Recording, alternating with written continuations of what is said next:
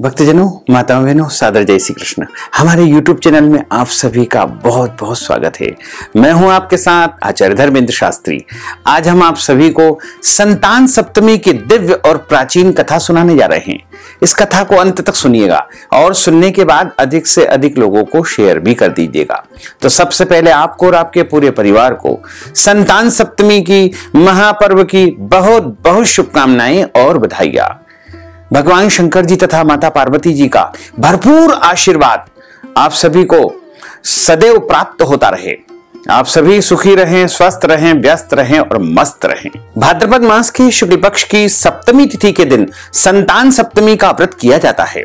इस बार सप्तमी तिथि का आरंभ 9 सितंबर 2024 की रात को 9:53 से हो जाएगा, जो कि 10 सितंबर 2024 की रात को 11:12 पर सप्तमी तिथि समाप्त हो जाएगी। अतः सूर्योदय व्यापिनी और मध्याह्न व्यापिनी जो सप्तमी तिथि रहेगी वो 10 सितंबर 2024 मंगलवार के दिन ही रहेगी। यानी सभी माताओं बहनों को संतान सप्तमी का व्रत 10 सितंबर 2024 मंगलवार के दिन ही करना है। इस संतान सप्तमी को मुक्ताभरण सप्तमी के नाम से भी जाना जाता है। यह व्रत विशेष रूप से संतान प्राप्ति के लिए, संतान की रक्षा के लिए तथा संतान की उन्नति के लिए किया जाता है। इस व्रत में भगवान शंकर जी एवं माता गौरी पार्वती का विशेष पूजन अर्चन किया जाता है। भाद्रपद माह के शुक्ल पक्ष की सप्तमी तिथि के दिन ही संतान सप्तमी का व्रत तथा पूजन अर्चन किया जाता है। इस दिन माताओं के द्वारा अपनी संतान के लिए यह व्रत तथा पूजन अर्चन किया जाता है। प्रातः काल स्नान और नित्य कर्म से निवृत्त होकर के स्वच्छ वस्त्र माताओं को पहनना चाहिए। इसके बाद प्रातः काल में भगवान विष्णु और भगवान शिव की पूजा अर्चना करनी चाहिए और सप्तमी व्रत का संकल्प धारण करना चाहिए। संकल्प का अर्थ होता है प्रतिज्ञा करना या शपथ लेना या मन ही मन कहे कि आज मैं संतान सप्तमी का व्रत करने जा रहा हूं या करने जा रही हूं। इस प्रकार आपका संतान सप्तमी व्रत का संकल्प आरंभ हो जाएगा और पूजन अर्चन करने के बाद संतान सप्तमी की कथा का श्रवण अवश्य करें। मध्याह्न काल में किसी विद्वान ब्राह्मण के मार्गदर्शन में भगवान शिव और माता पार्वती की धूप दीप फल फूल सुगंधित वस्तुओं से नैवेद्य से पूजन अर्चन करना चाहिए और भगवान शिव की आरती करना चाहिए। इस व्रत में एक समय फलाहार करके या निराहार रह करके व्रत धारण किया जाता है। कहीं कहीं पर मालपुए खाकर भी इस व्रत का पालन किया जाता है। मध्याह्न के समय आटा या हल्दी का चोक पूर करके चंदन अक्षत धूप दीप नैवेद्य सुपारी तथा नारियल आदि से भगवान शिव और माता पार्वती की पूजा करनी चाहिए तथा 7 गठानों का एक गंडा या धातु का कड़ा अभिमंत्रित करके पहनना चाहिए। सप्तमी तिथि के व्रत में नैवेद्य के रूप में खीर पूरी अथवा गुड़ के 7 मालपुए बनाए जाते हैं। संतान की रक्षा की कामना करते हुए भगवान भोलेनाथ को कलावा अर्पित किया जाता है तथा बाद में इसे स्वयं 7 गठान लगा करके धारण करना चाहिए। यदि आपके पास गंडा है तो उसको आप पहन लीजिए या फिर कड़ा है तो उसको आप पहन लीजिएगा तथा कथा का श्रवण करना चाहिए। संतान सप्तमी संतान की उन्नति तथा प्रगति के लिए बड़ा व्रत माना जाता है। वैसे तो प्रत्येक महिलाओं को इस व्रत को अवश्य करना चाहिए। यदि आपके यहां संतान है तो उनकी लंबी आयु और उन्नति तथा प्रगति के लिए इस व्रत को धारण करना चाहिए। और यदि संतान नहीं है तो संतान प्राप्ति की कामना से या अगले जन्म में अच्छी संतान प्राप्त हो, इस कामना के उद्देश्य से संतान सप्तमी का व्रत अवश्य करना चाहिए। अब हम आप सभी को संतान सप्तमी की व्रत कथा सुनाने जा रहे हैं। संतान सप्तमी व्रत की कथा से संबंधित एक पौराणिक कथा आती है।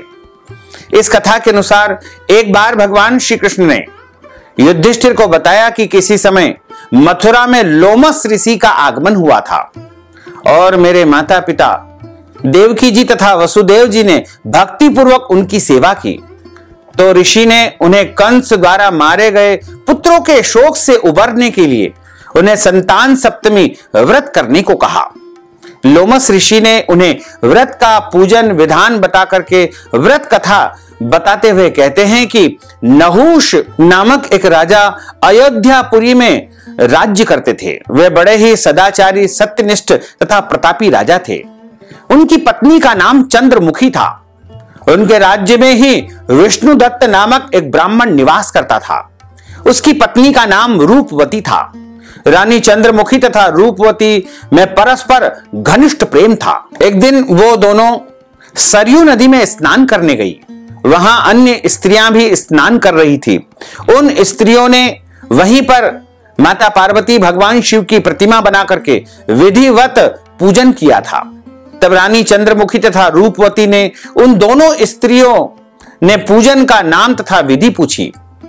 उन स्त्रियों में से एक स्त्री ने बताया कि यह व्रत संतान देने वाला है।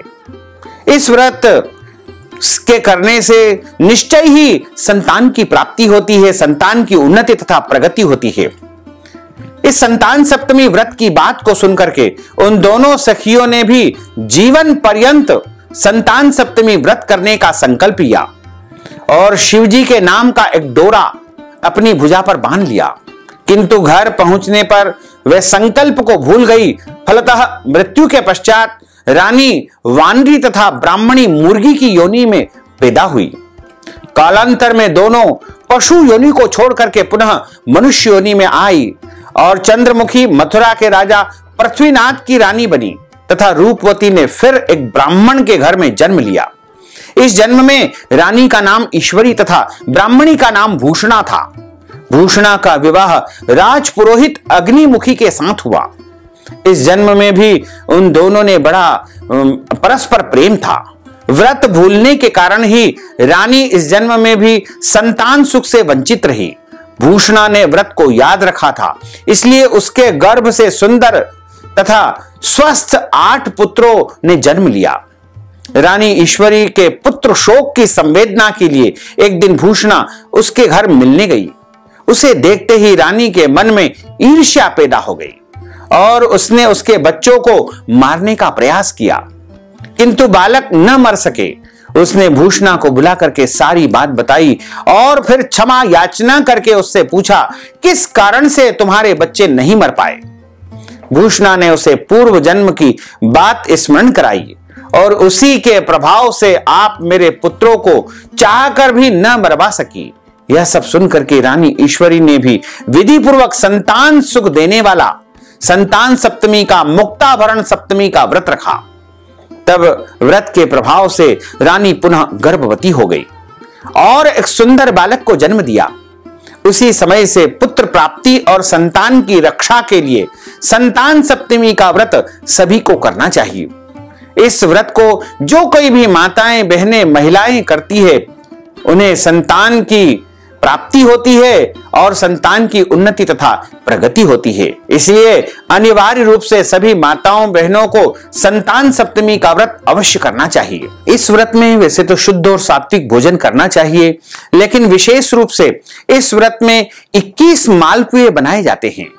इनमें 7 मालपुए भगवान को अर्पण किए जाते हैं और 7 मालपुए ब्राह्मण को दान दिए जाते हैं तथा 7 मालपुए स्वयं व्रतधारी जब पारणा करते हैं, शाम के समय, उस समय भोजन के रूप में ग्रहण करते हैं। यह व्रत एक समय भोजन का होता है, यानी इसमें आप दोपहर व्यतीत हो जाने के बाद तीसरे प्रहर में भोजन ग्रहण कर सकते हैं। लेकिन ध्यान रखें, शुद्ध और पवित्र भोजन करें। लहसुन, प्याज, मांस, मदिरा का उसमें बिल्कुल उपयोग न करें। दाल, चावल, रोटी, सब्जी सब कुछ आप उपयोग कर सकते हैं, कोई दोष नहीं लगेगा। लेकिन अनिवार्य रूप से मालपुए या खीर पूड़ी का भोजन आपको इस व्रत में उपयोग करना चाहिए। बोलिए लक्ष्मी नारायण भगवान की जय, भोले ईश्वर भगवान की जय। अच्युतम केशवम राम नारायणम कृष्ण दामोदरम वासुदेवम हरे, श्रीधरम माधवम गोपिका वल्लभम, श्री जानकी नायकम श्री रामचंद्रम भजे। जानकी मनोहरम सर्वलोक नायकम, श्री शंकरादि सेवितम, पुण्य नाम कीर्तनम, श्री राम राम राम राम राम नाम तायकम। रामा कृष्ण वासुदेवा भक्ति मुक्तिदायकम, रामा कृष्ण कृष्ण वासुदेवा भक्ति मुक्तिदायकम, हरे राम राम राम हरे हरे, हरे कृष्ण कृष्ण कृष्ण हरे हरे, श्री कृष्ण गोविंद हरे मुरारे, हे नाथ नारायण वासुदेवा, हे नाथ नारायण वासुदेवा, हे नाथ नारायण वासुदेवा। बोलिए लक्ष्मी नारायण भगवान की जय, भोलेश्वर भगवान की जय, गजानन गणपति भगवान की जय, पार्वती माता की जय। धर्म की जय हो, अधर्म का नाश हो, प्राणियों में सद्भावना हो, विश्व का कल्याण हो, सनातन धर्म की जय हो, गौ माता की जय हो, नगर बस्ती की जय हो, आज के आनंद की जय हो, कल के आनंद की जय हो, परसों के आनंद की जय हो, बरसों बरसों के आनंद की जय हो। ओम नमः पार्वती पते, हर हर महादेव हर। भक्तजनों, माताओं, बहनों, यदि आप संतान सप्तमी के निमित्त कथा की दक्षिणा प्रदान करना चाहते हैं, मालपुआ दान के निमित्त नगद धनराशि प्रदान करना चाहते हैं, या फिर संतान सप्तमी के निमित्त अन्नदान, गोदान, वस्त्रदान करना चाहते हैं, तो आप हमारे गूगल पे, फोन पे, पेटीएम नंबर या अकाउंट नंबर के माध्यम से नगद धनराशि पहुंचा करके संतान सप्तमी व्रत का संपूर्ण पुण्य लाभ प्राप्त कर सकते हैं। साथ ही आपसे अनुरोध है कि हमारे इस ज्ञानवर्धक वीडियो को अधिक से अधिक लोगों को शेयर करिएगा, लाइक करिएगा, कमेंट करिएगा, और यदि अभी तक आपने सब्सक्राइब नहीं किया है तो अभी और इसी समय सब्सक्राइब कर लीजिए, ताकि इसी प्रकार की ज्ञानवर्धक वीडियो आपको सबसे पहले प्राप्त हो सके। आपको और आपके पूरे परिवार को सादर जय श्री कृष्ण, सादर धन्यवाद।